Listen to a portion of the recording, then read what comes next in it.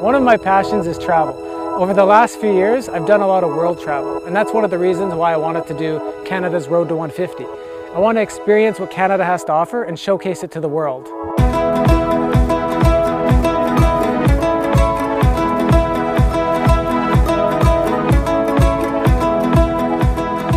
Canada's Road to 150 is a 150-day road trip across the country.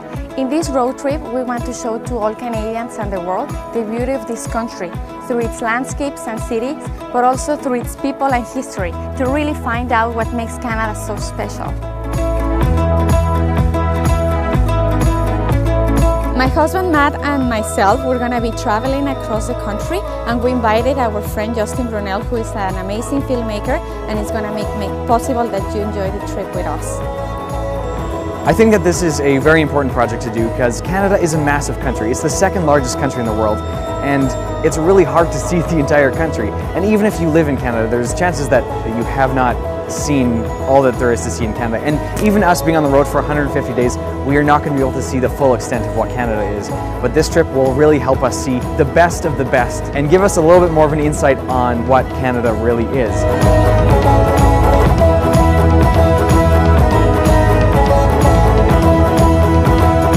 I'm in St. John's, Newfoundland for day one of our 150-day road trip across Canada. This is Canada's most eastern city and one of the oldest in North America, and as you can see behind me, this is one of the things that makes St. John's not only so famous but so beautiful, the multicolored townhouses that were built hundreds of years ago.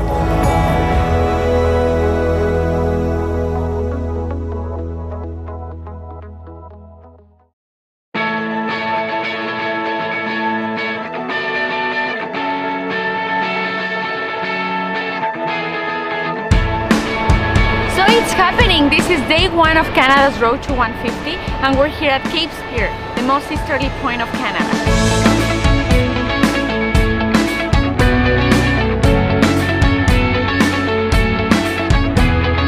This is where Canada begins, and it's also the eastern gateway to the Canada Park System, which includes over 209 national parks and national historic sites.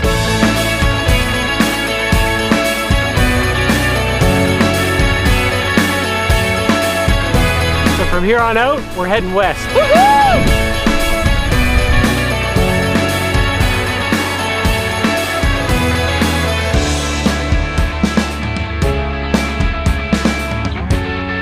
So we just went on a great trip on O'Brien's boat tours out to the Witness Bay Ecological Reserve.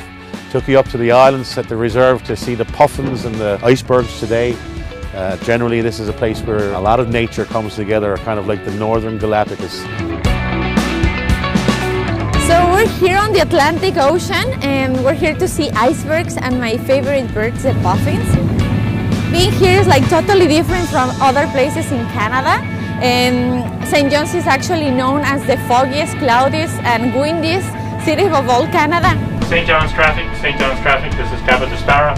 We are inside 2 miles, ETA Fort Amherst, approximately 15 minutes over. We're going to get screeched in tonight, which is what? What is a screech-in? So a screech-in is how you become an honorary newfie. So basically you have to kiss a cod and drink a shot of screech. I've heard the one we're doing is a big ceremony, so I don't know what's in store. Oh God.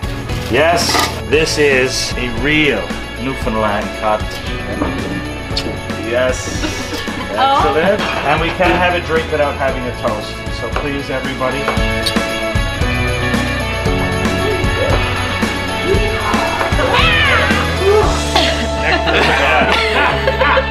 Ladies and gentlemen, welcome to Newfoundland.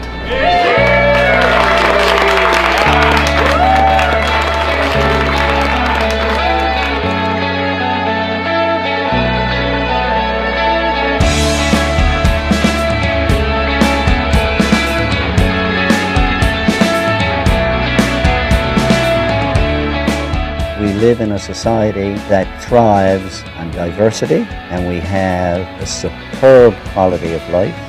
You can't get that anywhere else in the world.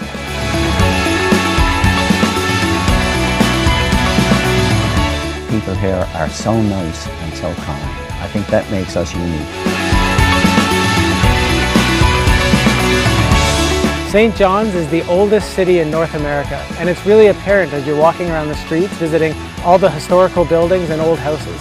One of my favorite parts about St. John's is the colorful row houses that dot the city. It's actually one of the things that makes St. John's so iconic and Newfoundland so unique.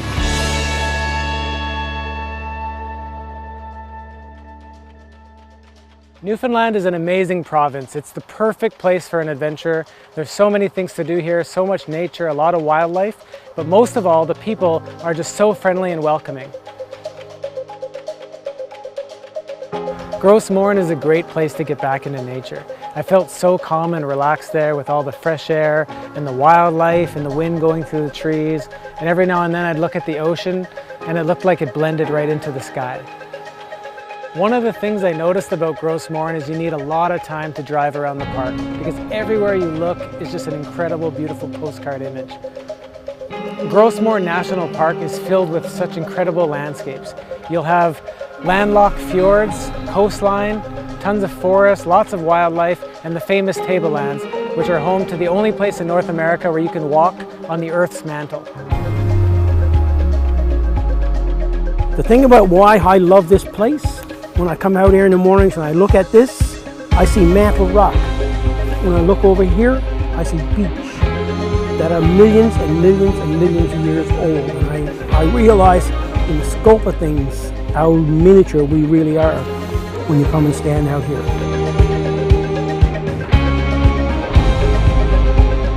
There's a lot of wildlife here. We had a chance to see a lot of moose, bald eagles, whales, and even caribou.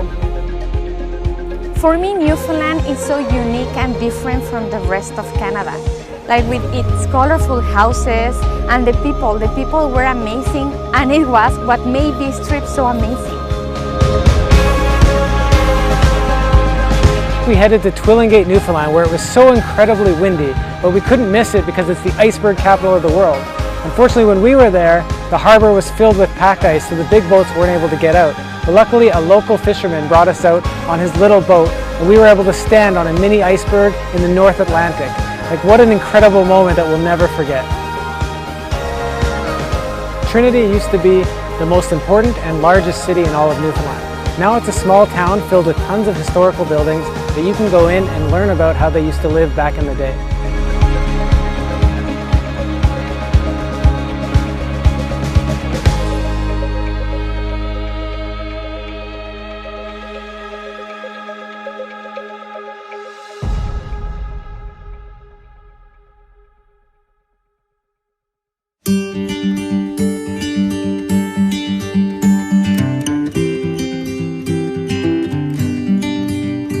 Newfoundland. I just love the people, and I think that it's so different and unique from the rest of Canada because of its beautiful houses, like their music, and even their food. Newfoundland is special for so many reasons.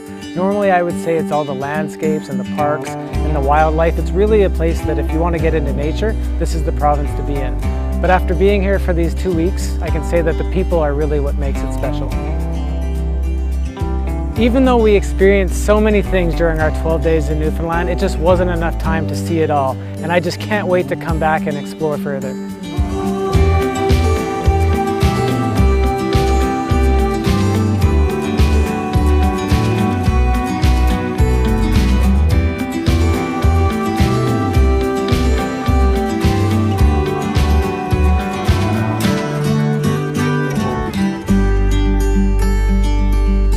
Thank you so much for watching. To learn more about what makes Canada special, visit mustdocanada.com.